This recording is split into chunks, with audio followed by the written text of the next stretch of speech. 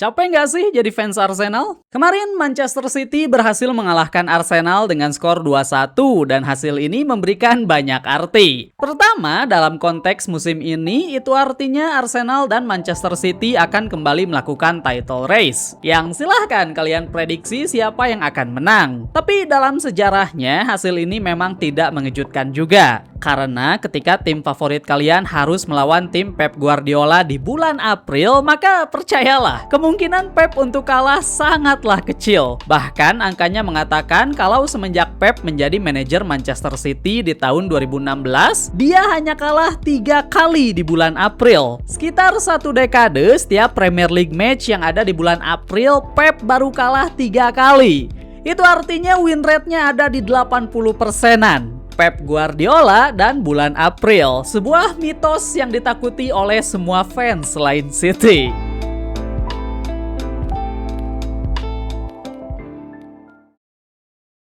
Video ini dibuat untuk kalian para fans yang tersakiti setelah melihat performa tim Pep Guardiola ketika masuk ke bulan April. Totalnya semenjak join City, Pep hanya kalah ketika bertemu dengan 3 tim ini. Pertama, Chelsea pada April 2017. Dalam pertandingan ini, City kalah 2-1. Kala itu, Chelsea memang sedang on fire dan pada akhirnya mereka juga yang keluar sebagai juara musim tersebut. Plus, Pep yang masih fresh di Premier League, jadi mungkin ada fase adaptasi. Kekalahan kedua melawan Manchester United di April 2018. Dalam derby ini City kalah 2-3. Pertandingan yang ikonik karena United berhasil comeback dari 2-0. Tapi pada akhirnya City tetap keluar sebagai juara. Paling baru adalah kekalahan atas Leeds di home. Satu pertandingan gila karena Leeds menang dengan 10 pemain. Gol menit 91 membuat City harus menelan kekalahan. Dan kekalahan ini terjadi di tahun 2021. Semenjak kekalahan pahit ini, Pep sepertinya berjanji untuk tidak pernah lagi kalah di bulan keramat ini. Selebihnya, Pep juga memang mendapatkan hasil draw sana-sini, tapi untuk kalah, nah, mereka selalu berhasil mencari cara untuk menang. April sendiri tentu menjadi bulan yang sangat krusial karena pada bulan ini semua hasil akhir mulai terlihat. Siapa tim yang akan menang, siapa tim yang akan menjadi juara 2, sudah mulai kalian lihat gambarannya. Itulah kenapa setiap pertandingan selalu membawa tekanan yang lebih berat. Kemenangan 2-1 atas Arsenal kemarin adalah salah satu contoh terbaiknya. Tapi sebelum pertandingan kemarin, Pep berhasil mengalahkan tim yang sama di musim 2022-2023 dengan skor 4-1 plus main di away. Hasil tersebut menyegel gelar juara tahun kemarin. 1 tahun sebelumnya City berhasil menahan Liverpool dengan skor 2-2 di bulan April, mempertahankan lead 1 poin mereka sampai akhirnya juara juga. Tahun 2019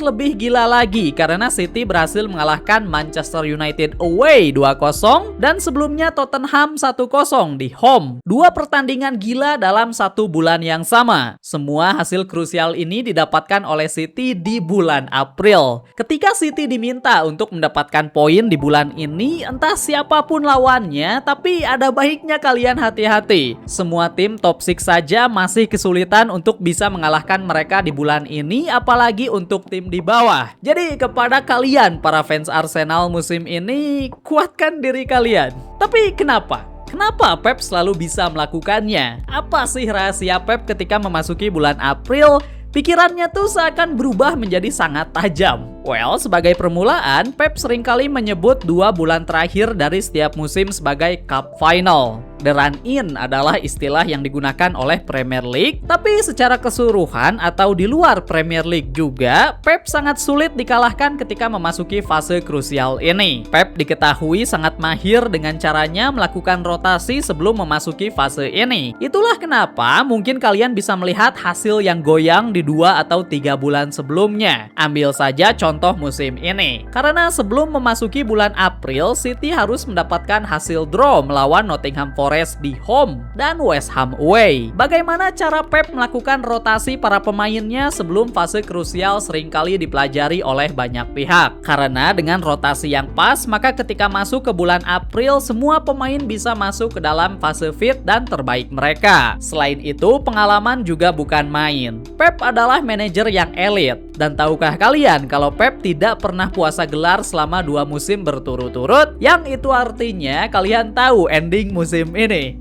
Sorry, bukan itu maksudnya. Tapi di sini Pep memang punya pengalaman title race yang bukan main. Dan sering kalinya dia keluar sebagai pemenang. Arsenal adalah korban mereka selama 2 musiman terakhir. Tapi coba silahkan tanya fans Liverpool sebelum Arsenal. Karena mereka juga merasakan hal yang kurang lebih sama. Kurang gila apa untuk Liverpool yang berhasil mengamankan poin 90 plus berkali-kali tapi masih belum cukup. Adapun faktor strategi yang bisa diadaptasi oleh para pemainnya. Sekarang kita semua tahu kalau Pep adalah salah satu manajer paling jenius yang ada di dunia. Tiki Taka adalah karyanya. Semua ini menandakan kalau Pep bisa merubah strategi dia di waktu yang krusial. Musim ini juga termasuk karena dari yang biasanya City bermain dengan taktik 4-3-3, ketika melawan Arsenal kemarin Pep merubahnya menjadi 4-4-2 dengan bagian mid-nya dibentuk menjadi diamond. Sering kalinya kalian akan menemukan perubahan dan adaptasi seperti ini di fase ini. Dan mungkin siapa tahu juga Pep akan kembali berubah ke 4-3-3 di match selanjutnya. Intinya Pep adalah seorang jenius. Jadi hasil seperti ini adalah hasil yang normal untuk mereka. Kalian juga bisa melihat contoh penerapan strategi baru atau variasi strategi ini di musim-musim sebelumnya. Terakhir kita punya matahari.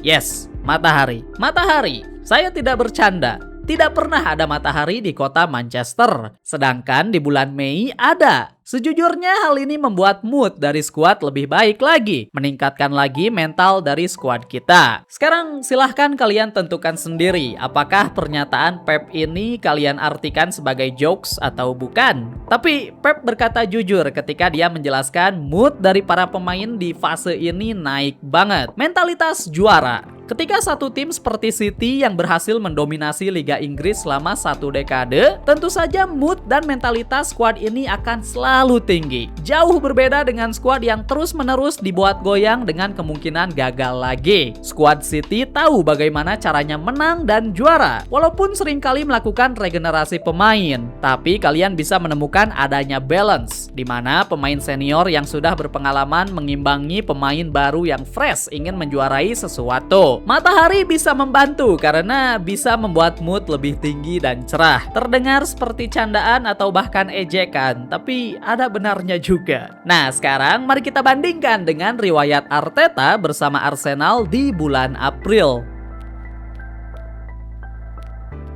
To be fair, pada saat video ini dibuat, baik itu Arsenal maupun City bisa dibilang berada di posisi yang sama. Dan masih ada 5 game terakhir yang harus mereka selesaikan sebelum akhirnya pemenang dari musim ini bisa ditentukan. Title race masih terus berjalan dengan kemungkinan yang masih 50-50. Entah itu salah satu tim bisa meroket dan satu timnya jatuh, atau hasil akhir akan terus dibawa sampai ke hari terakhir Premier League. Apapun itu, bagi kalian yang bukan fans dari kedua klub ini mungkin sedang pusing memikirkan kondisi klub kalian masing-masing. Ada yang memikirkan bisa masuk Champions League atau tidak, ada yang ingin memecat pelatih mereka, dan masih banyak lainnya. Tapi di waktu yang sama, kalian juga mungkin bisa enjoy title race dari dua klub ini.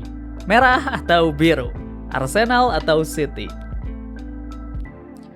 Itu aja mungkin untuk video kali ini, and see you guys in the next one. Thank you for watching.